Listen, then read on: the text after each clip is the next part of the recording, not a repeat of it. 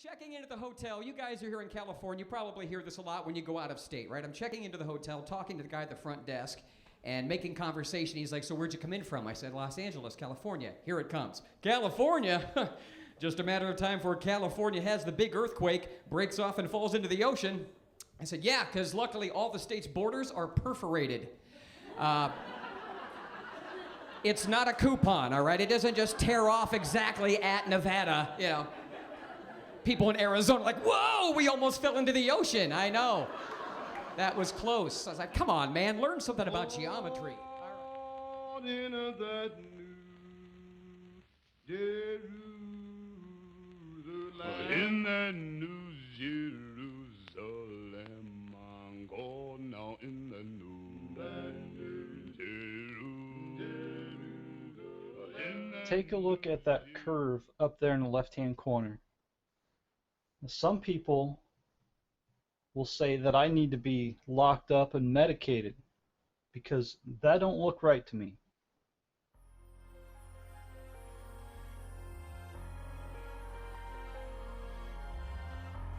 We know that it's huge. We're told that man's measurement was used by this angel, and it's a 1,400-mile cube. Now, we're told that that New Jerusalem is in heaven now, and the New Jerusalem that's brought down to earth is that size. Revelation chapter 21 verse 16 reads, "And the city lieth foursquare, and the length is as large as the breadth. And he measured the city with the reed, 12,000 furlongs. The length and the breadth and the height of it are equal." Now, a furlong is about 1/8 of a mile, which is 8 furlongs is a mile. It's about 5 kilometers. So 12,000 furlongs is about 1,500 miles, or about 2,400 kilometers. So this is the city that comes down from heaven onto earth. And 1,500 miles wide, that's a pretty big city. And it's a 1,400-mile cube. Now, As you heard, that guy says he called it a cube. Now I want you to look at this and think about it for a second. That don't look right to me. I think what would have to happen is you would not have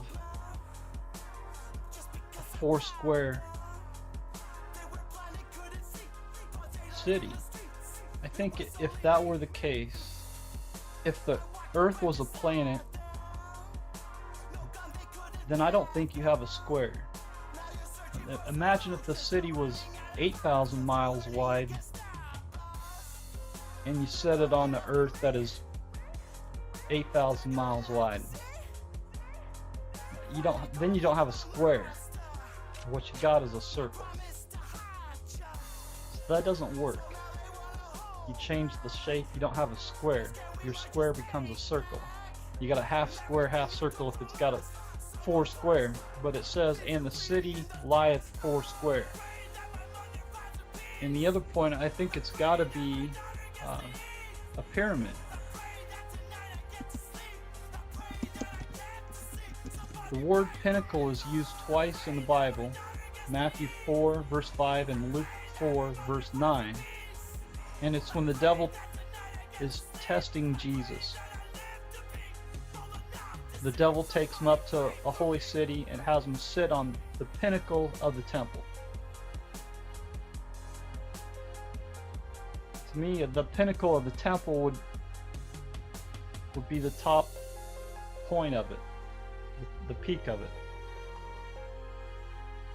So that's why I believe it would be a pyramid. Plus it says the length and the breadth and the height of it are equal. So it's 1,500 miles wide, then it's 1,500 miles tall.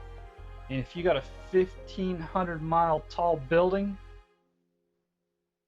it would make more sense structurally to have that thing built like a pyramid than it would a cube. Anyways, I think when you look at the city of God, the New Jerusalem that come down from heaven, I think if you look at it logically, this thing has to be come down and set flat.